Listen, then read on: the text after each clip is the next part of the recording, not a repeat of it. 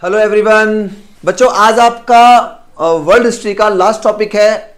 Topic का नाम है औद्योगिक क्रांति। देखिए, औद्योगिक क्रांति इस चैप्टर के अंदर कुछ बेसिक बातें आपको ध्यान रखनी है। सबसे पहले क्रांति की शुरुआत जहां से होती है वो है इंग्लैंड। इंग्लैंड ने भारत में अपने आप को जिस तरह से बिल्ड किया हुआ है, भारत उसका एक कॉलोनी बना हुआ है, उपनिवेश है। यहां से कच्चा माल ब्रिटेन लेके अपने जो एरियाज हैं, लंका शहर वगैरह, यहां से कच्चे माल को वहां ट्रांसफर करता है और वहां से बना बनाया माल इंडिया या अदर कंट्रीज में सप्लाई करता है। इसे कहा जाता है औद्योगिक क्रांति। औद्योगिक क्रांति एक बड़ी भूमिका प्ले करती है, बड़ी भूमिका कह सकते हैं कि आप एक बड़ा एक क्रांतिकारी परिवर्तन है वर्ल्ड वाइड, जहां पर आप औद्योगिक क्रांति को देख पाएंगे। औद्योगिक क्रांति, अब यहाँ पे आपको इमेज दिख रही होगी, बहुत सारी फैक्ट्रीज यहाँ पे आप डेवलप देख पा रहे हैं। औद्योगिक क्रांति एक ऐसा कंटेंट है जिसको वर्ल्ड वाइड बहुत फेमस किया गया। देखो, हर चीज के कुछ पॉजिटिव पॉइंट भी होते हैं तो कुछ नेगेटिव पॉइंट भी होते हैं। औद्योगिक क्रांति में बहुत कुछ आपको भी देखने को मिलेगा, किस तरह के हालात रहे।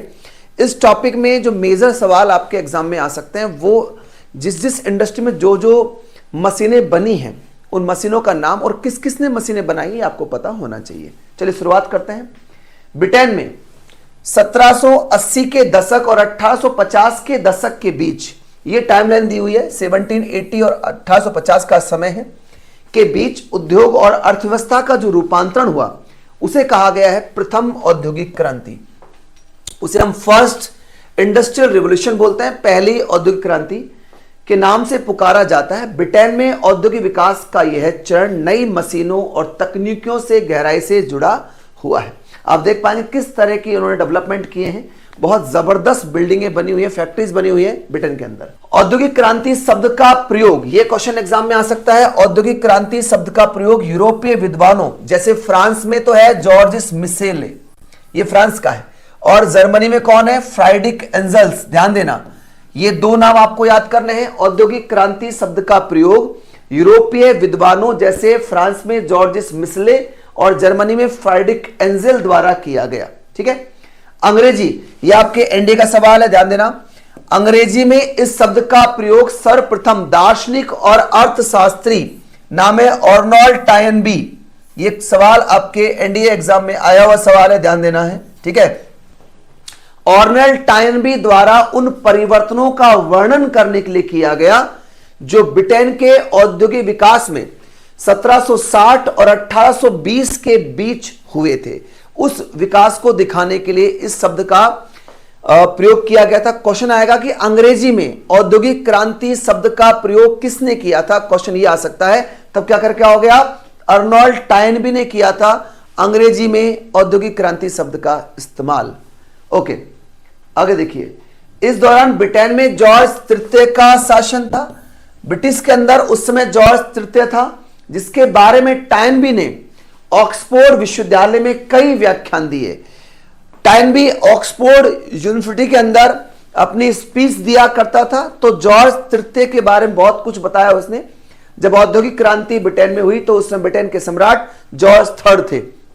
उनके व्याख्यान उनकी समसामयिक मृत्यु के बाद 1884 में एक पुस्तक के रूप में प्रकाशित हुए। देखिए, बहुत से लोग होते हैं जिनका नाम उनके जीवन काल में सफल नहीं हो पाता, उनकी मृत्यु के बाद बड़ा पॉपुलर होता है। टॉयनबी भी कुछ ऐसे ही हैं। जब तक ये जिंदे थे तब तक इनका नाम कोई खास पॉपुलर नहीं था, लेकिन मृत्यु के बाद इनका नाम बहुत ज्यादा पॉपुलर हो गया। देखिए, उनके एक पुस्तक बनी 1884 में। उनका जो कलेक्शंस था, उनके जो मैसेज थे, उनके द्वारा एक पुस्तक के रूप में उनके जो व्याख्यान है वो प्रकाशित हुए। इसका नाम था लेक्चर्स ऑन, यह आएगा on the industrial revolution in England. Lectures on the industrial revolution in England, popular addresses, notes and other fragments, ये उसकी बुक का नाम है। ये क्वेश्चन एग्जाम में आ सकता है कि टॉयनबी की बुक है, उसका क्या नाम होगा। तो ध्यान रख के चलना, ये टॉयनबी की बुक है जिसका नाम आपके सामने विजिबल हो रहा है। इसे कहते हैं इंग्लैंड में औद्योगिक क्रांति पर व्याख्यान, लोकप्रिय अभिभाषण, टिप्पणियों और अन्य अंश, इसका नाम है। ठीक है। एस्टन, मैं एस्टन की बात करूं तो एस्टन ने तो इस औद्योगिक क्रांति का मनाया है उत्सव। ये तो उत्सव मनाते हैं औद्योगिक क्रांति का। ब्रिटेन पहला देश था जिसने सर्वप्रथम आधुनिक औद्योगिकरण का अनुभव किया था। आधुनिक औद्योगिकरण की शुरुआत करने वाला दुनिया में पहला देश कौन होगा? ब्रिटेन होगा। ठीक है, ये क्वेश्चन ध्यान रखकर चलना। सबसे पहले औद्योगिक क्रांति की शुरुआत करने वाला देश ब्रिटेन है। अब आपको अलग अलग इंडस्ट्रीज पे अलग अलग डेवलपमेंट मिलेंगे देखने को, उनको ध्यान से देख के चलना है। सबसे पहले हमारे पास है कोयला और लोहा इंडस्ट्री। इस क्रांति का प्रारंभ 1709 में प्रथम अब्राहम डर्बी, ध्यान देना यह है डर्बी, तो प्रथम अब्राहम डर्बी, डर्बी पूरा परिवार है। एक्चुअली में ब्रिटेन के अंदर डर्बी परिवार एक बहुत ही ज्यादा धनी और संपन्न परिवार था, जिसने ब्रिटेन की औद्योगिक क्रांति में बड़ी भूमिका निभाई है। तो प्रथम अब्राहम डर्बी द्वारा किए गए आविष्कार से हुआ वह धमन भट्टी का आविष्कार था। धमन भट्टी, क्वेश्चन क्या आएगा कि धमन भट्टी का आविष्कार किसने किया है, तो क्या करके आओगे आंसर में, प्रथम अब्राहम डर्बी ने किया है धमन भट्टी का आविष्कार। ऐसे क्वेश्चन आपको ध्यान रखने हैं, जिसमें सर्वप्रथम कोक का इस्तेमाल किया गया। कोक में उच्च वोल्टेज सहने की क्षमता होती, ठीक है, कोक में उच्च तापमान उत्पन्न करने की शक्ति थी और वह पत्थर के कोयले से गंधक और अपद्रव्य निकालकर तैयार किया जाता था। यह आपको ध्यान रखना है। तो काफी ज्यादा वोल्टेज सहने की क्षमता थी कोक के अंदर, और धमन भट्टी में कोक का ही इस्तेमाल किया जाता था। इसका मतलब यह हुआ कि धमन भट्टी के आविष्कार में अगर हमें कोई चीज लंबे टाइम तक उसके अंदर उबालनी है, या हम कह सकते हैं कि लंबे टाइम तक हमें गर्म रखनी है, तो धमन भट्टी उसके लिए बहुत ही बेस्ट ऑप्शन हो सकता था। तो पहली बार आविष्कार हुआ धमन भट्टी का, इसमें कोक का इस्तेमाल किया गया। प्रथम अब्राहम डर्बी, ध्यान देना। इस आविष्कार का फल यह हुआ कि तब से भट्टियों को काठ कोयले पर निर्भर नहीं रहना पड़ा। काठ मतलब लकड़ी के कोयले पर, ठीक है। इन भट्टियों से जो पिघला हुआ लोहा निकलता था उससे पहले की अपेक्षा अधिक बढ़िया और लंबी ढलाई की जा सकती थी, मतलब काफी प्योर लोहा निकल रहा था। द्वितीय डर्बी, अब मैं सेकंड डर्बी की बात करूंगा, तो ये कई डर्बी परिवार है, प्रथम डर्बी, द्वितीय डर्बी, तृतीय डर्बी, इस तरह से आपको मिलेंगे, पूरा डर्बी फैमिली है ये। तो द्वितीय डर्बी ने क्या किया, ढलवा लोहे से पिटवा लोहे का विकास किया जो कम भंगुर था, ठीक है। तो ध्यान देना, ढलवा लोहे से क्या बनाया इसने, पिटवा लोहा। तो ढलवा लोहे से पिटवा लोहे का आविष्कार किसने किया, द्वितीय अब्राहम डर्बी ने किया। ध्यान रख के चलना, जो ज्यादा अच्छा था वो कम भंगुर था, कम टूटने की क्षमता उसके अंदर मौजूद थी। अब है हेनरी कोट, ध्यान देना, हेनरी कोट ने आलोड़न भट्टी, एक और नया आविष्कार है जो हेनरी कोट का है, इसने किया था आलोड़न भट्टी का आविष्कार, जिसमें पिघले लोहे में से अशुद्धि को दूर किया जा सकता था। मतलब यह हुआ कि आलोड़न भट्टी वो आविष्कार, इसमें हम पिघले लोहे से अशुद्धि को दूर कर सकते थे। और बेलन मिल, बेलन मिल मतलब रोलिंग मिल, तो हेनरी कोट ने दो आविष्कार किए हैं, एक तो आलोड़न भट्टी का और एक बेलन मिल का। आविष्कार के इसमें परिशोधित लोहे से छड़े तैयार करने के लिए भाप की शक्ति का इस्तेमाल किया जाता था। मतलब यह हुआ इसमें लोहे से छड़े तैयार की जाती थी, लंबी लंबी जो लाइंस होती हैं वो तैयार की जाती, ये ध्यान रखना है, ठीक है। हेनरी कोट के कौन कौन से आविष्कार करोगे, आलोड़न भट्टी और बेलन मिल, ऐसे आपको याद रखना है, ध्यान रख के चलना, ठीक है। इसमें जितने भी आविष्कार होते हैं उन आविष्कार को करने वाले व्यक्तियों के नाम आपको पता होने चाहिए, सवाल वहां से बनेगा, यह बात आप ध्यान रख के चलना है, ठीक है। नेक्स्ट, 1770 के दशक में जॉन विल्किंसन ने सर्वप्रथम लोहे की बनाई कुर्सियां, लोहे की कुर्सियां, आशव और शराब की भट्टियों के लिए टंकियां बनाई उस शराब की भट्टियों के लिए, और लोहे की सभी आकारों की जो पाइप होती है, नलियां होती हैं, वो बनाई। तो ये सारे आविष्कार किसने किए, जॉन विल्किंसन ने किए, ध्यान रख के चलना। लोहे की कुर्सी बनाई, शराब के लिए भट्टियां टंकियां बनाई, और लोहे की बहुत सारी उसने पाइपलाइन बनाई, ठीक है। अब देखिए 1779 में क्या, तृतीय जो डर्बी था, तो प्रथम अब्राहम डर्बी, दूसरा डर्बी और तृतीय डर्बी ने विश्व में पहला लोहे का पुल, देखो तृतीय अब्राहम डर्बी ने वर्ल्ड का सबसे पहला लोहे का पुल बनवाया कॉल ब्रुकडल में सेवर नदी पर। यह आपको पुल की इमेज दिख रही होगी, यह वर्ल्ड का सबसे पहला पुल है जो बनवाया था तृतीय अब्राहम डर्बी ने, और यह जगह पड़ती है कॉल ब्रुकडल, वहां बना हुआ है ये, और ध्यान देना सेवर नदी पर है। नदी का नाम क्या करोगे, सेवन। यह क्वेश्चन एग्जाम में आ सकता है। विल्किंसन ने एक और काम किया, पानी की पाइपें, पेरिस को पानी की आपूर्ति के लिए 40 मील लंबी पाइप बनवाई पहली बार ढलवा लोहे से, ठीक है। उड़न तुरी, अब देखो यहां पे हम बात करेंगे अब कॉटन इंडस्ट्रीज की। ये तो आपका देखा कोयला और लोहा इंडस्ट्री में होने वाले आविष्कार आपने देखे। अब हम बात कर रहे हैं यहां पर कॉटेज इंडस्ट्रीज की, मतलब कॉटन इंडस्ट्री। मैं ये कहूंगा कि कपास जो उद्योग हैं उनके अंदर कौन कौन सी मशीनें बन रही हैं उनके बारे में बात करेंगे। यह है उड़न तुरी करगा। उड़न तुरी करगे का आविष्कार किया था जॉन के ने, ध्यान देना। किसने किया था? जॉन के ने किया था उड़न तुरी करगे का आविष्कार। 1733 में बनाए गए फ्लाइंग शटल लूम, इसे कहते हैं फ्लाइंग शटल, ध्यान देना। इसे फ्लाइंग शटल के नाम से भी जान सकते हैं, ठीक है। उड़न तुरी करगे का नाम क्या है? फ्लाइंग शटल लूम, यानी उड़न तुरी करगे की सहायता से कम समय में अधिक चौड़ा कपड़ा बनाना संभव हो पाए। मतलब बहुत कम टाइम में बहुत लंबा या बड़ा कपड़ा बनने की संभावना हो रही थी इस मशीन से। इसको इंग्लिश में आप फ्लाइंग शटल लूम कह सकते हो, हिंदी में कहते हैं उड़न तुरी करघा, ध्यान देना। आविष्कार कौन ने किया था? जॉन के ने। और कब किया था? 1733। बच्चा ध्यान देना, 90% चांस है आपसे कॉटेज इंडस्ट्री मतलब कॉटन इंडस्ट्री ही पूछेगा, ठीक है।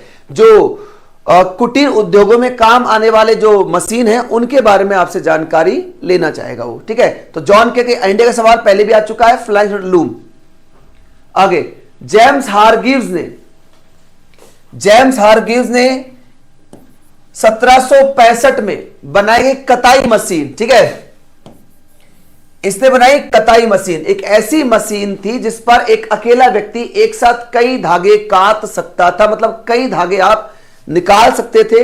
यह बनाई थी जेम्स हारग्रीव्स ने, कताई मशीन का आविष्कार किया, ध्यान रख के चलना। रिचर्ड आर्कराइट ने बनाया वाटर फ्रेम, रिचर्ड आर्कराइट की है वाटर फ्रेम, ठीक है। नाम की मशीन द्वारा पहले से कहीं अधिक मजबूत धागा बनाया जाने लगा। इससे लिनन और सूती धागा दोनों को मिलाकर कपड़ा बनाने की बजाय अकेले सूती धागे से ही विशुद्ध सूती कपड़ा बनाया जाने लगा। समय देखना, जेम्स हारग्रीव्स का है 1765 और रिचर्ड आर्कराइट का हो जाएगा 1769।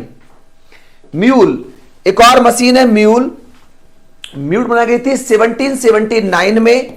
सैमुअल क्रॉम्पटन ने बनाई थी इस मशीन को। सैमुअल क्रॉम्पटन ने म्यूल का आविष्कार किया, जो इससे बहुत अच्छा मजबूत धागा बनता था इस मशीन से, म्यूल से, ठीक है।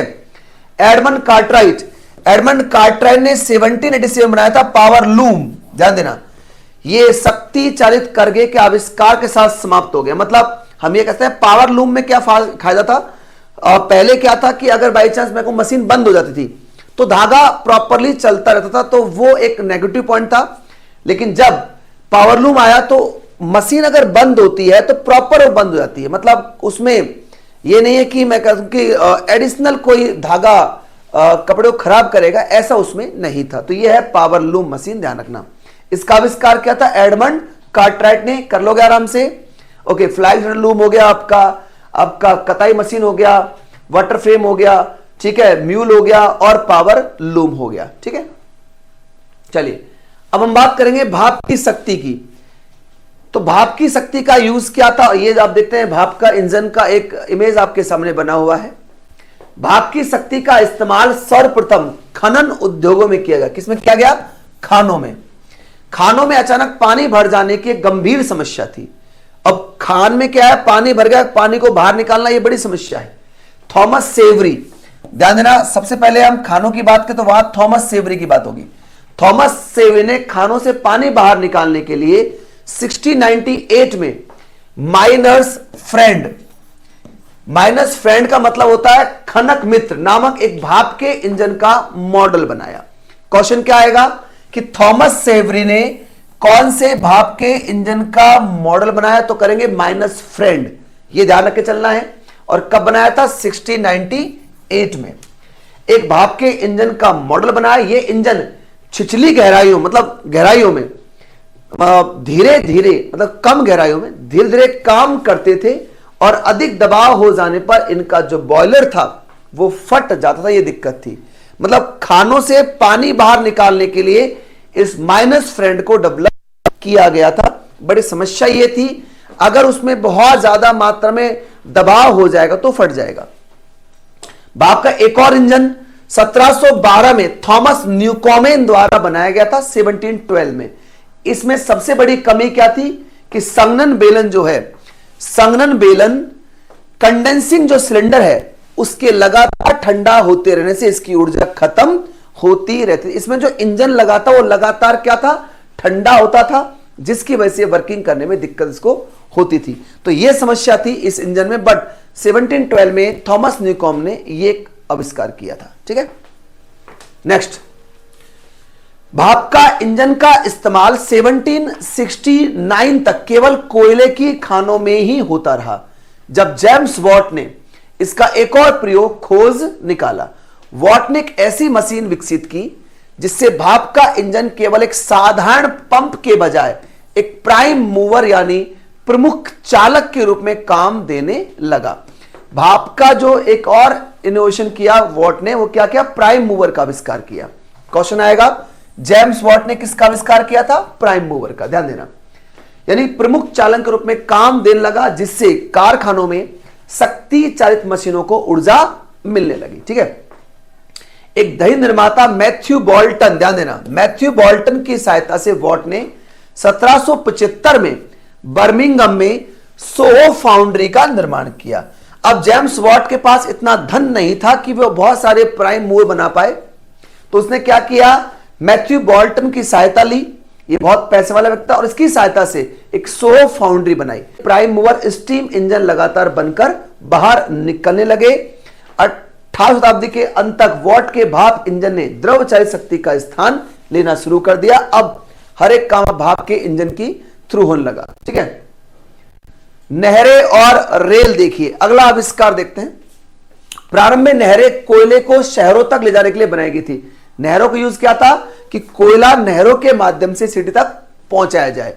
इंग्लैंड में पहली नहर वर्सली कैनाल, ध्यान देना, यह क्वेश्चन एग्जाम आ सकता है, 1761 में जेम्स ब्रिडली द्वारा बनाई गई थी। यह क्वेश्चन एग्जाम में आ सकता है। इंग्लैंड की पहली नहर किसने बनाई थी, वर्सली कैनाल थी, 1761 में जेम्स ब्रिडली ने बनाई थी, जिसका प्रयोजन केवल यही था कि उसके जरिए वर्सले मतलब मैनचेस्टर के कोयला भंडारों से शहर तक कोयला ले जाया जाए। ठीक है, इस नहर के बन जाने के बाद कोयले की कीमत घटकर आधी रह गई। देखो, अब कोयला क्या है कि अगर रोड से जाएगा तो उसका कॉस्टिंग काफी ज्यादा आएगा, लेकिन नहरों के माध्यम से अगर सिटी जा रहा है तो उसकी कॉस्टिंग कम आती है। आप जानते हो कि पानी जो जल परिवहन होता है वो सबसे ज्यादा सस्ता होता है, ये बात आप जानते हो। ठीक है, 1788 से और 1796 तक की नहरों, ये टाइम ध्यान देना, 1788 से और 1796 के समय को बोलते हैं नहरोन्माद का टाइम। कैनाल मेनिया के नाम से पुकारे जाने वाली अवधि में 46 नई, ये समय नहरोन्माद का क्वेश्चन आ सकता है, नहरोन्माद का टाइम क्या है, तो आप बोलोगे 1788 से 1796 46 नई परियोजनाएं हाथ में ली गई, और उसके बाद अगले 60 वर्षों में अनेक नहरें बनाई गई, जिनकी लंबाई कुल मिलाकर 4000 मील से भी ज्यादा है। तो इस पूरे टाइम में नहरों का डेवलपमेंट किया गया था, ध्यान रख के चलना। पहला भाप से चलने वाला रेल का इंजन बनाया था स्टीफेंसन ने, और नाम क्या था उसका, रॉकेट। ये 1814 में बनाया गया था पहला भाप से चलने वाला रेल का इंजन, ये था। ठीक है, स्टीफेंसन का रॉकेट, लेकिन ये सक्सेसफुल नहीं हुआ था इतना। ठीक है, ये आविष्कार तो हुआ लेकिन ये कोई खास ज्यादा सक्सेसफुल नहीं हो पाया। आगे देखिए, रेलवे के आविष्कार के साथ औद्योगिकरण की संपूर्ण प्रक्रिया ने दूसरे चरण में प्रवेश कर लिया।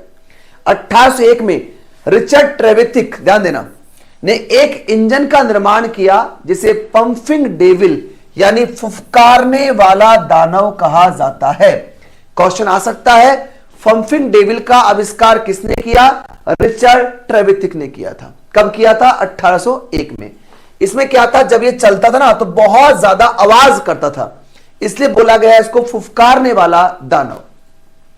यह इंजन ट्रकों को कार्नवाल में उस खान के चारों ओर खींचकर ले जाता था जहां रिचर्ड काम करता था। मतलब इसका मेन काम यही था कि जो कोयले के भरे हुए जो ट्रक हैं, ट्रक मतलब यहां पे कोयले की सप्लाई करने वाले वो जो सेंटर पॉइंट होंगे, उनको वहां से ये बाहर की ओर मूव करता था। ठीक है, 1814 में एक रेलवे इंजन जॉर्ज स्टीफेंसन ने एक और रेल का इंजन बनाया, नाम है उसका ब्लेचर। ये सक्सेसफुल था, ये भी स्टीफेंसन का ही था, इसका नाम ब्लेचर है। यह इंजन 30 टन भार 4 मील प्रति घंटे की रफ्तार से एक पहाड़ी पर ले जा सकता था। इसकी ताकत देखिए। सर्वप्रथम 1825, ये आपके एंडे का सवाल है भाई, ध्यान देना। सबसे पहले 1825 में स्टॉकटन और डार्लिंगटन शहरों के बीच 9 मील लंबा रेल मार्ग 24 किलोमीटर प्रति घंटा 15 मील प्रति घंटा की रफ्तार से 2 घंटे में रेल द्वारा तय किया गया।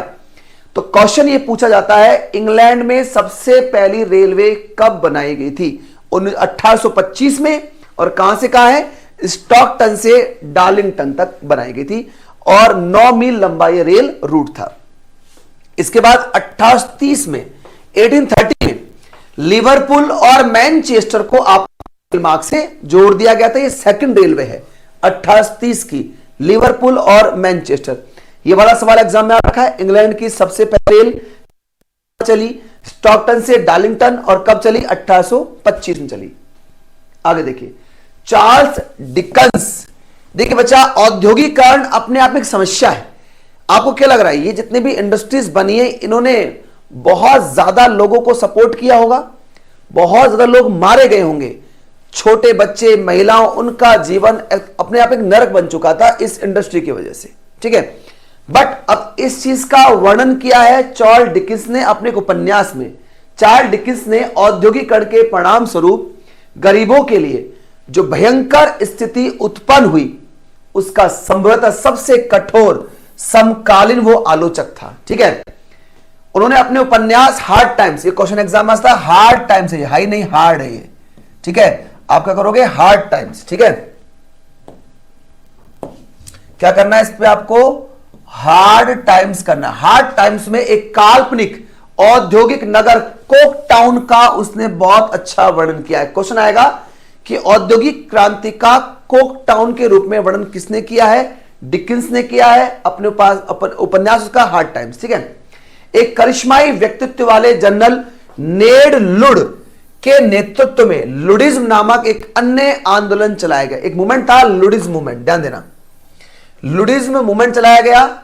यह एक अन्य किस्म की विरोध का प्रदर्शन था। अच्छा, लुडिज्म जो मूवमेंट है ना, वो मशीनों के खिलाफ है। एक्चुअली मशीनों के आने से बहुत सारे लोगों के रोजगार गायब हो चुके हैं, खत्म हो चुके हैं, इसलिए मूवमेंट जो लुडिज्म है ये मशीनों का विरोध कर रहा है। ठीक है, लुडिज्म के अनुयायी मशीनों की तोड़ फोड़ में विश्वास नहीं करते थे, बल्कि न्यूनतम मजदूरी, नारी और बाल श्रम पर नियंत्रण, मशीनों के आविष्कार से बेरोजगार हुए लोगों के लिए काम और कानूनी तौर पर अपनी मांगे पेश करने के लिए मजदूर संघ, ट्रेड यूनियन बनाने के अधिकार की वो मांग करते थे। ठीक है, यह है पीटरलू हत्याकांड, आप देख पाएंगे, इसे बोलते हैं पीटरलू हत्याकांड, ध्यान देना।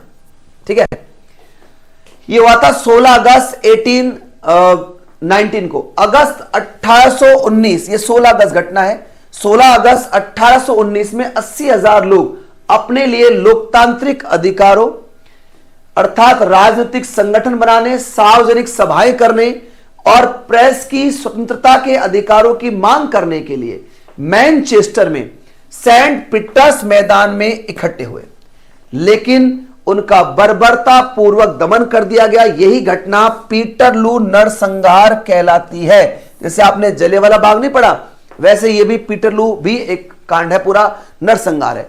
यह घटना पीटरलू नरसंहार के नाम से जानी जाती है।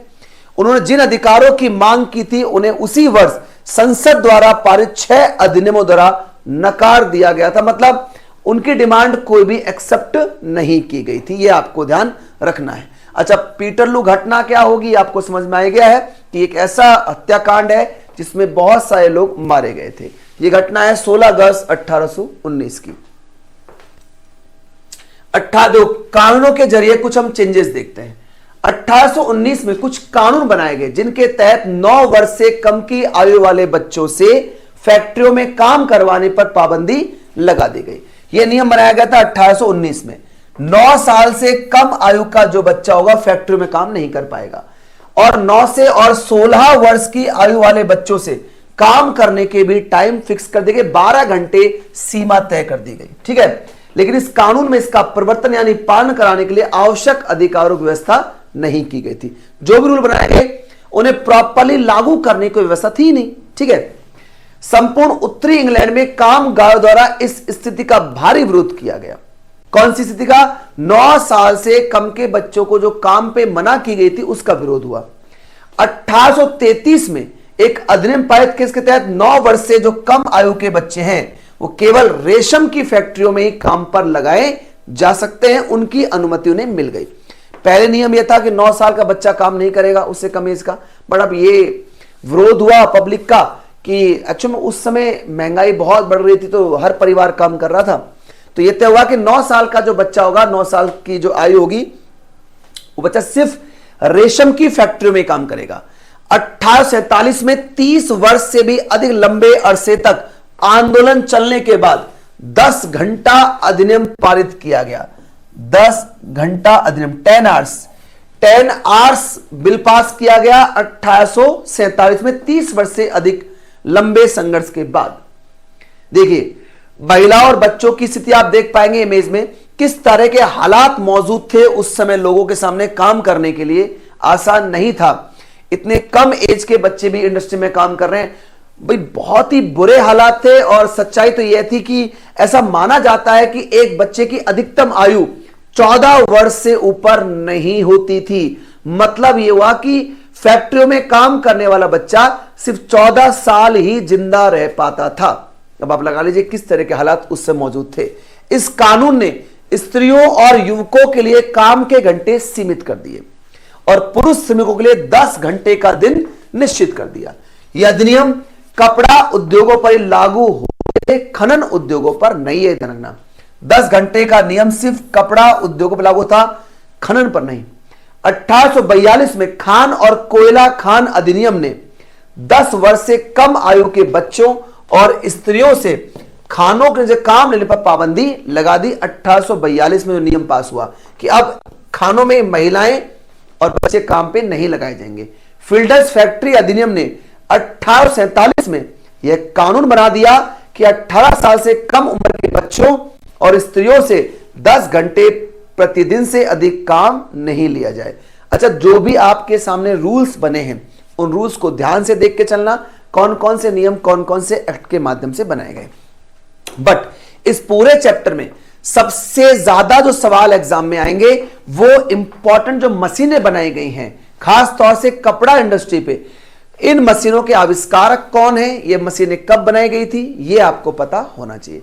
ये टॉपिक आपका कंप्लीट होता है बच्चों, और आई होप, मैं उम्मीद कर रहा हूं आपको टॉपिक अच्छे समझ में आ गया होगा।